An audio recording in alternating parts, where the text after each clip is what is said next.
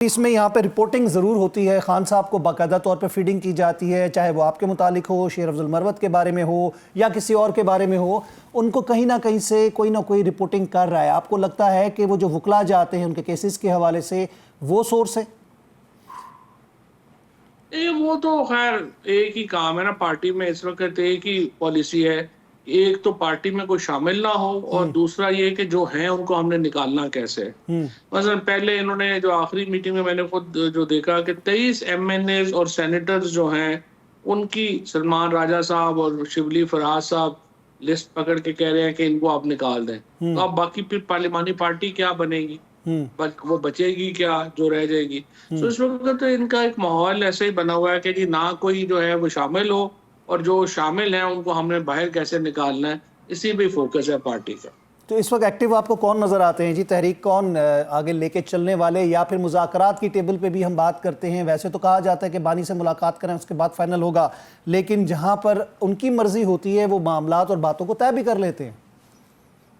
नहीं, लेकिन ये बात यही है कि ये जब तक खान साहब की फैमिली एक ही नुक्ते के ऊपर रिलीज इमरान खान के ऊपर लोगों को इकट्ठा नहीं करती, अपनी एफर्ट्स को मुज्तमा नहीं करती, तो पीटीआई अकेली किसी मूवमेंट चलाने की उस तरह की पोजीशन में है नहीं, नंबर वन।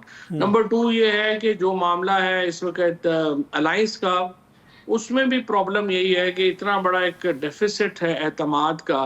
आप देखिए ना कि मौलाना फजलुर रहमान के पाए के लोग या महमूद अजगजई साहब होंगे, ये पीटीआई में किससे बात करेंगे?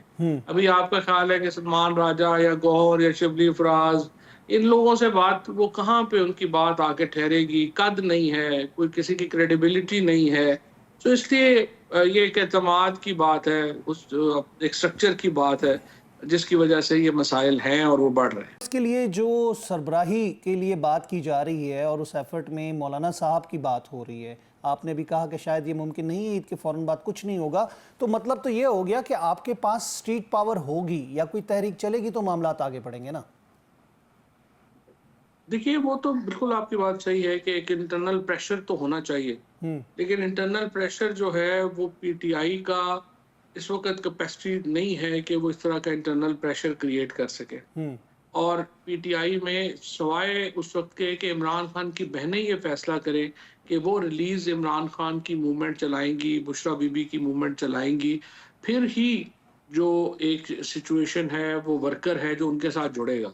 इस वक्त का जो लीडरशिप है वो तो देखिए वो तो अजनबी है। आपके सामने है कि सलमान राजा साहब को तो 8-10 महीने हुए हैं, इलेक्शनों के वक्त मेरा ख्याल है वो शामिल हुए पीटीआई में। वकास अकरम हो गए, ये हो गए, गौहर हो गए, ये सब लोग इस वक्त लॉट है उनको तो। और दूसरी जो शिबली फराज वगैरह है वो पॉलिटिकली कोई इतने आई वुड से रिस्पेक्टेड लोग नहीं हैं कि उनके साथ कोई इस तरह की सीरियस निगोशिएशन कोई करेगा या वो आगे चलेगा। लिहाजा ये तो एक पीटीआई के पास इस वक्त लीडरशिप का बहुत बड़ा एक वैक्यूम है, खला है, जिसको पूरा करना सिर्फ इमरान खान की फैमिली कर सकती है। बाकी कोई शख्स के पास, किसी के पास ये कैपेसिटी नहीं है। अब आप देखिए ना कि जो लोग जेलों में हैं, शाह महमूद कुरैशी हैं, एजाज चौधरी हैं, महमूद और रशीद हैं, यास्मीन, डॉक्टर यास्मीन साहिबा हैं, इन लोगों की क्या पार्टी में हैसियत है? डिसीजन मेकिंग में इनको इनको कितनी दफा जाके पूछा गया, क्या किया गया? सो पीटीआई का तो क्राइसिस है ही है और जो बड़ा ही होता जा रहा है। अच्छा फवाद साहब, ये बताइएगा, आपने जिक्र किया दहशतगर्दी के हवाले से 2 सूबों में अली अमीन गंडापुर शरीक हुए, उसके बाद बाहर जाके उन्होंने कहा कि जी कोई ऑपरेशन नहीं होने देंगे, हम कोई ऐसा काम नहीं करने देंगे। तो ये एक बहुत बड़ी कन्फ्यूजन नज़र आती है। पाकिस्तान तहरीक इंसाफ को उसमें ना शामिल होना, आपको क्या लगता है, क्या मैसेज गया है? तहरीक इंसाफ का ना शामिल होना का तो मतलब ये है ना कि पाकिस्तान के लोग ही शामिल नहीं है। उसकी वजह यह है कि 70% पाकिस्तान तो इमरान खान और तहरीक इंसाफ के साथ खड़ा है, किसी को अच्छा लगे या बुरा। अब मसला ये है कि अगर आप देखें तो इस वक्त जो कॉन्फ्रेंस अभी अभी ये सानिया जाफराबाद को ही अगर आप ले लें तो अभी ये मामला अभी चल ही रहा था, जाफर एक्सप्रेस का जो है जो चल ही रहा था। तो आप देखिए कि तमाम वजीरों ने कहा कि जी ये तो पीटीआई जो है वो सपोर्ट कर रही है और आप भी ये ले। कोई भी और इनकी जगह पे होता तो वो रियलाइज करता कि जो सेपरेटिस्ट हैं वो तो चाहते ही ये है ये बताया जाए कि जो पॉपुलर ओपिनियन है वो उनके साथ है।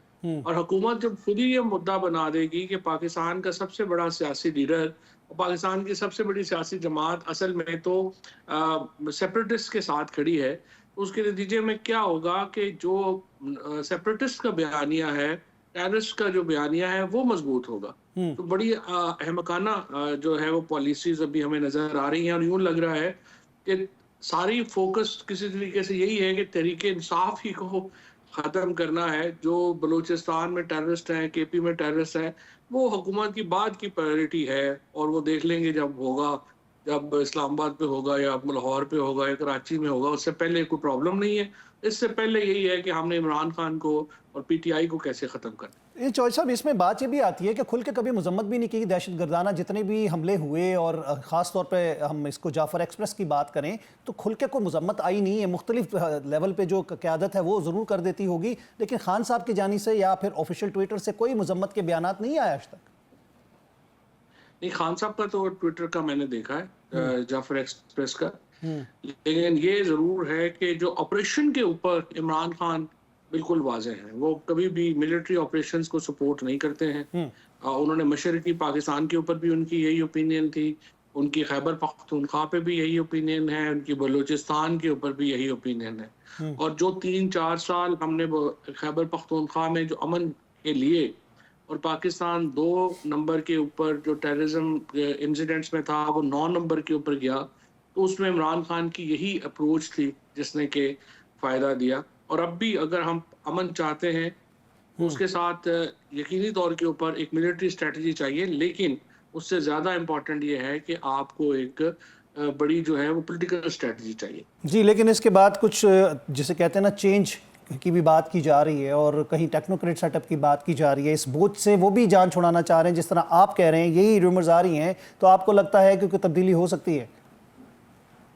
टेक्नोक्रेट्स द्वारा हल नहीं है, हल एक नेशनल गवर्नमेंट है। और मेरे ख्याल में एस्टैब्लिशमेंट को बैठना चाहिए पीटीआई के साथ, यानी इमरान खान के साथ, नवाज शरीफ के साथ, आसिफ जरदारी साहब के साथ, मौलाना फजल रहमान साहब के साथ, और हमें एक नेशनल कंसेंसस गवर्नमेंट की तश्कील की तरफ जाना होगा।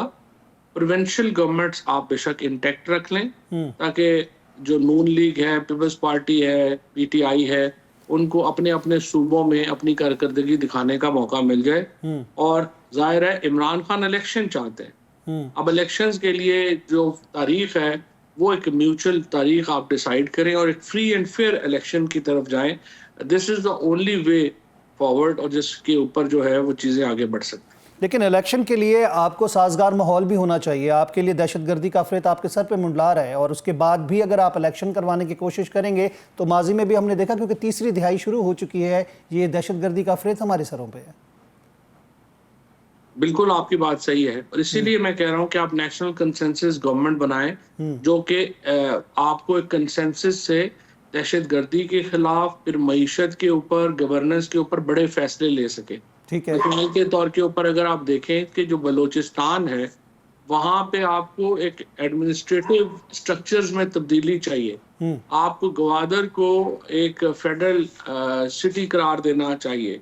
आपको 1947 या 1970 से जो पहले का सेटअप है बलूचिस्तान में, वो बहाल करना चाहिए, ताकि 3 रीजन्स हो। खाली कोयटा से पूरा बलूचिस्तान नहीं आप गवर्न कर सकते। पश्तून इलाके वहाँ अलहदा हैं, ये बलोच इलाके अलहदा हैं, फिर मकरान की बेल्ट अलहदा है। सो इनको आपको दोबारा जो है वो, ब्रिटिशर्स पागल तो नहीं थे कि उन्होंने इसको जो है वो 3 डिफरेंट रीजन्स में रखा था। इवन मुगलों के दौर में ये बलूचिस्तान कभी नहीं रहा जो अभी है। तो इस एडमिनिस्ट्रेटिव तब्दीलियों के लिए आपको कंसेंसस चाहिए।